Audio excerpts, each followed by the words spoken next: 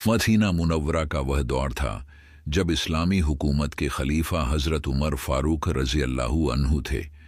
हज़रत उमर फ़ारूक रज़ी अल्लाहु अन्हु का दिल बहुत नरम था और आप हमेशा इस फ़िक्र में रहते थे कि कहीं अल्लाह का कोई बंदा भूखा न रह जाए और कहीं किसी मुसलमान या गैर मुसलमान पर जुल्म न हो जाए।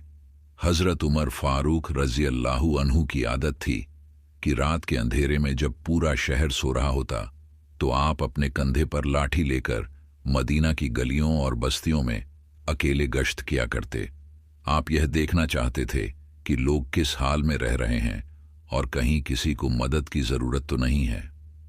एक रात हज़रत उमर फ़ारूक रज़ी अल्लाहु अन्हु शहर की बस्ती से गुजर रहे थे। अचानक आपको बच्चों के रोने की आवाज़ सुनाई दी। आप रुक गए और आवाज़ की तरफ बढ़ने लगे। थोड़ी दूर जाकर आपने देखा कि एक छोटी सी झोपड़ी है। झोपड़ी के अंदर एक औरत चूल्हे पर हांडी रखे बैठी थी और उसके छोटे छोटे बच्चे उस हांडी की तरफ देख रहे थे और भूख से रो रहे थे।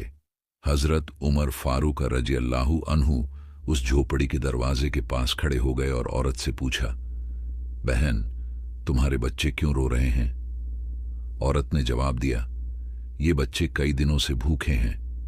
मेरे पास इनके लिए खाने को कुछ नहीं है। मैंने सिर्फ पानी और कुछ पत्थर हांडी में डाल दिए हैं ताकि बच्चे यह समझें कि खाना पक रहा है और इसी उम्मीद में शायद सो जाए। लेकिन हकीकत यह है कि हमारे पास खाने के लिए कुछ भी नहीं है। ये सुनकर हज़रत उमर फ़ारूक रज़ी अल्लाहु अन्हु का दिल कांप उठा और आंखों से आंसू बहने लगे। आपने औरत से पूछा, तुमने अपने हाल की शिकायत अमीरुल मोमिनीन हज़रत उमर फ़ारूक रज़ी अल्लाहु अन्हु से क्यों नहीं की? औरत ने गुस्से और दर्द भरे लहजे में कहा, उमर, वो तो खलीफा हैं, लेकिन उन्हें हमारी हालत की क्या खबर? अगर हज़रत उमर फ़ारूक रज़ी अल्लाहु अन्हु हमारी देखभाल करते तो आज मेरे बच्चे भूख से न रो रहे होते।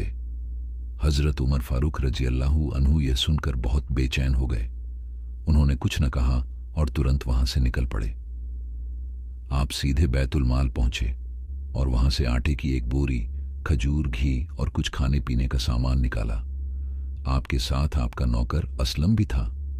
असलम ने कहा, या अमीरुल मोमिनीन, ये बोरी मुझे दे दीजिए, मैं उठा लूं। लेकिन हज़रत उमर फ़ारूक रज़ी अल्लाहु अन्हु ने फरमाया, क्या क़यामत के दिन मेरा बोझ भी तुम उठाओगे? नहीं, आज ये बोझ मैं खुद उठाऊंगा। इतना कहकर हज़रत उमर फ़ारूक रज़ी अल्लाहु अन्हु ने वह भारी बोरी अपने कंधे पर रखी और उसी रात उस औरत के घर की तरफ चल दिए। जब आप झोपड़ी पहुंचे तो आपने बोरी नीचे रखी और खुद चूल्हा जलाया। आपने आटा, घी और खजूर से खाना पकाना शुरू किया। चूल्हे से धुआं आपके चेहरे और आंखों में लग रहा था, मगर हज़रत उमर फ़ारूक रज़ी अल्लाहु अन्हु ने किसी को पास नहीं आने दिया। आप चाहते थे कि खाना अपने हाथों से पकाएं और बच्चों के चेहरे की मुस्कान अपनी आंखों से देखें। जब खाना तैयार हो गया तो आपने बच्चों को कटोरों में खाना परोसा और अपने हाथों से उन्हें खिलाया। भूखे बच्चे जैसे ही खाना खाने लगे, उनकी रोने की आवाज़ें थम गईं और वो हंसने और खेलने लगे। यह नज़ारा देखकर हज़रत उमर फ़ारूक रज़ी अल्लाहु अन्हु की आंखों से आंसू बह निकले।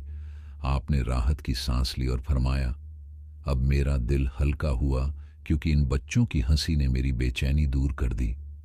उस रात हज़रत उमर फ़ारूक रज़ी अल्लाहु अन्हु देर तक उस झोपड़ी के पास बैठे रहे। जब बच्चों ने पेट भरकर चैन की नींद सो ली, तब आप चुपचाप वहां से उठे और मदीना की तरफ लौट गए।